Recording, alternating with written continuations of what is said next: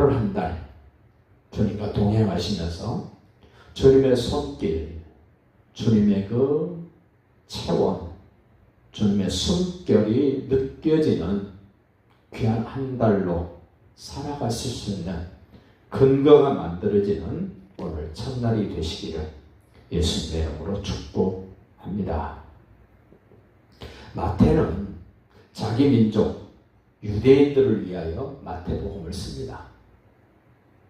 유대인들은 로마의 식민지 아래 있었기 때문에 자기들을 독립시켜 줄 수 있는 메시아가 올 거라고 기대를 했습니다.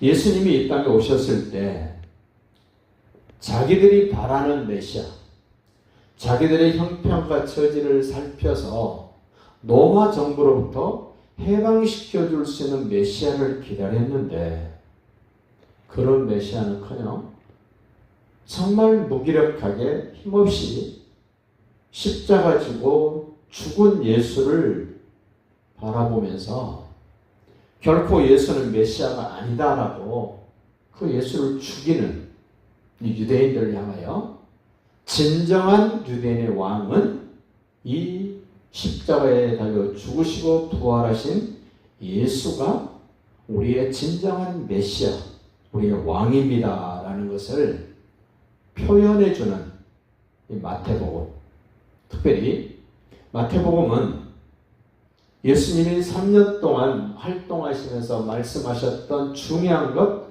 5가지를 설교하시는 내용이 마태복음에 들어있습니다. 5장부터 7장 예수님의 설교 한 편입니다. 하나님 나라의 백성 된 사람들의 그 속성이라고 그럴까요? 성품. 그리고 10장에서 예수님이 통치하신 그 나라의 소위 강요, 장관들에 대한 이야기를 12명의 제자에 대한 말씀으로 말씀을 합니다. 그리고 오늘 13장은 마태복음의 핵심입니다.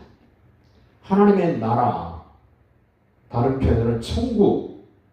천국은 과연 있는가? 천국은 도대체 어떤 나라인가를 소개하고 그 천국 백성이 된 사람들이 이 땅에서 세워야 될 교회는 어떤 것인가를 마태복음 18장에서 설명을 합니다. 그리고 하나님 나라의 백성이 된 사람들은 종말을 기다려야 된다라고 24장, 25장에서 예수님이 설교를 하십니다. 오늘 그 중에 가장 한 중심, 이 마태복음 13장, 천국은 예수님이 다스리고 통치하시는 예수님의 말씀이 통하고 주권이 실현되는 그 하나님의 나라는 어떤 곳인가를 아주 핵심적으로 말해주고 있는 오늘 2가지, 겨자씨 비유와 이 누룩 비유를 말씀을 드리고자 합니다. 이 겨자씨 비유와 누룩 비유는 변화하는 겁니다. 변화는 성장하는 겁니다. 성장은 성숙으로 발전을 합니다. 변화되지 않으면 성장하지 않습니다. 성장하지 않으면 성숙될 수 없습니다. 성숙은 아주 원숙해지는 겁니다. 아주 노련해지는 겁니다. 얄팍한 어떤 총명이나 뭐를 깊이 들여다보는 통찰력과는 비교할 수 없는 엄청난 것, 그것이 바로 영적 성숙입니다. 영적 시각으로 보는 통찰력, 육신의 것만 보는 것이 아니라 보이지 않는 것을 볼 수 있는 힘, 그러기 위해서는 우리 반드시 하나님의 나라를 가지고 오신 예수님을 받아들이셔야 됩니다. 그리고 그 예수님이 말씀하시는 말씀을 내 마음판에 새기시고 심으셔야 됩니다. 이 겨자씨, 아주 가늘게 나오는 볼펜, 어떤 펜을 하얀 종이에 딱 찍었을 때의 크기, 겨자씨 크기입니다. 충분히 무시할 수 있습니다. 아유, 그까짓 것, 이럴 수 있습니다. 그거가 뭐가 되겠어? 충분히 표현할 수 있습니다. 수박씨를 한번 생각해 보십시오. 씨앗은 작습니다. 하나님의 나라는 지극히 작은 것으로부터 시작이 됩니다.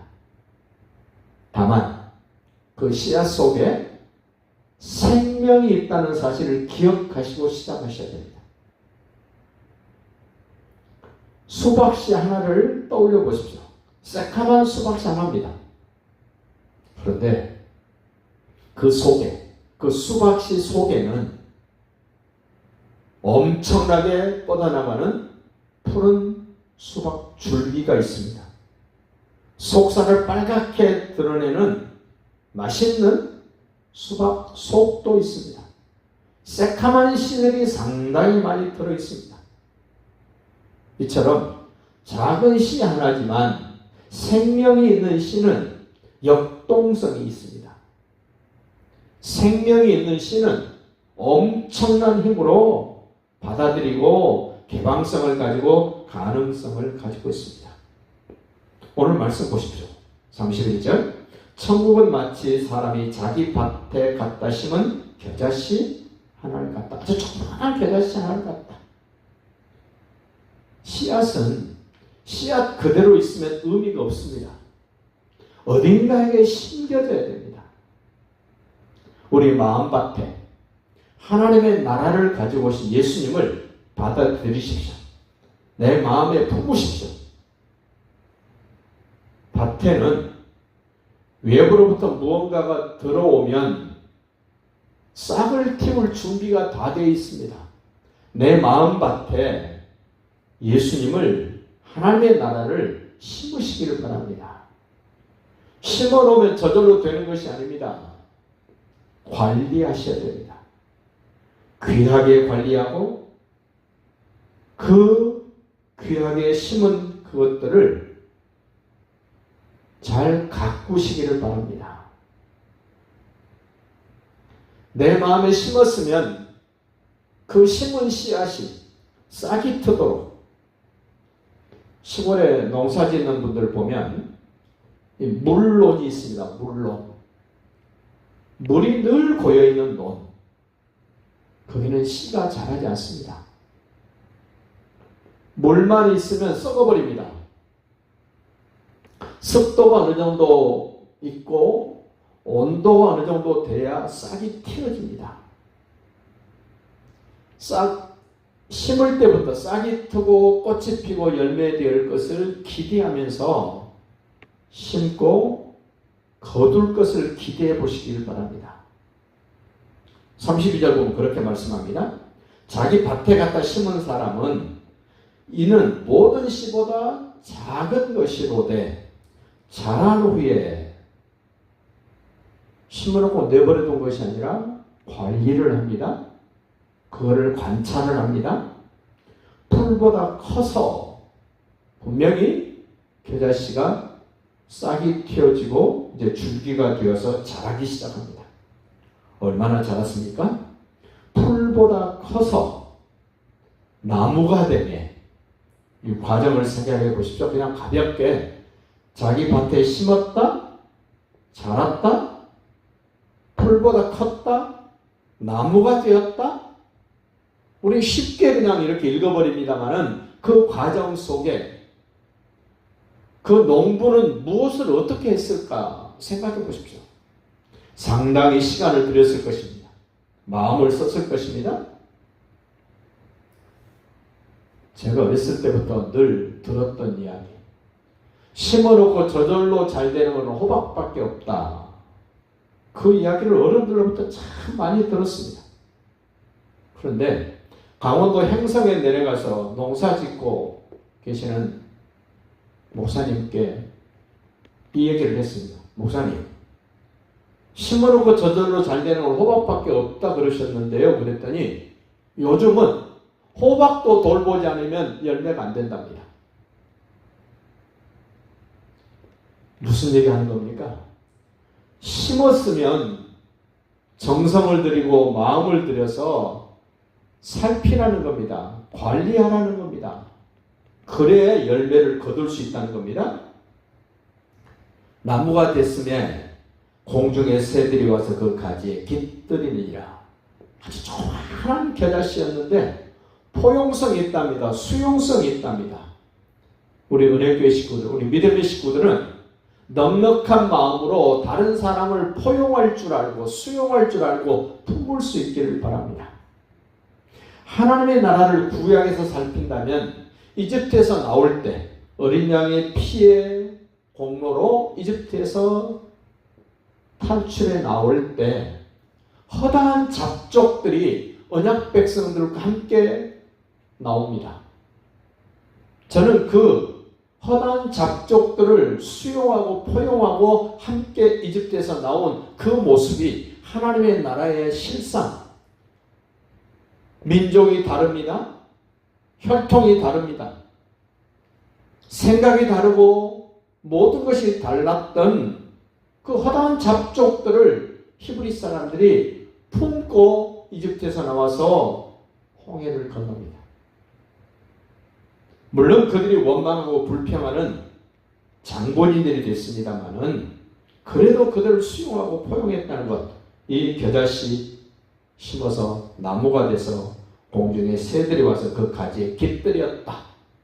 우리도 포용할 수 있기를 바라고요. 33절 한번 더 봅니다. 천국은 마치 여자가 가루 서말 속에 갖다 넣어 전부 부풀게 한 누룩과 같다. 빵 만들 때 누룩, 효소 얼마나 넣습니까? 조금 넣지 않습니까? 그런데 그 효소가 빵 전체를, 밀가루 전체를 부풀려서 주인이 하고자 하는 어떤 것들을 만들어낸다는 겁니다. 이처럼 두 가지 겨자씨 비유와 누룩 비유를 통해서 내 속에 들어와야 된다는 겁니다.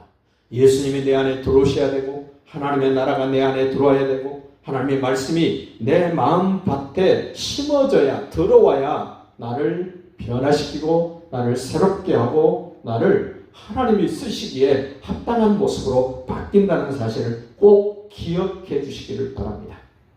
8월 한 달 예수님이 내 마음속에 어떤 모습으로 계시는가를 살피십시오.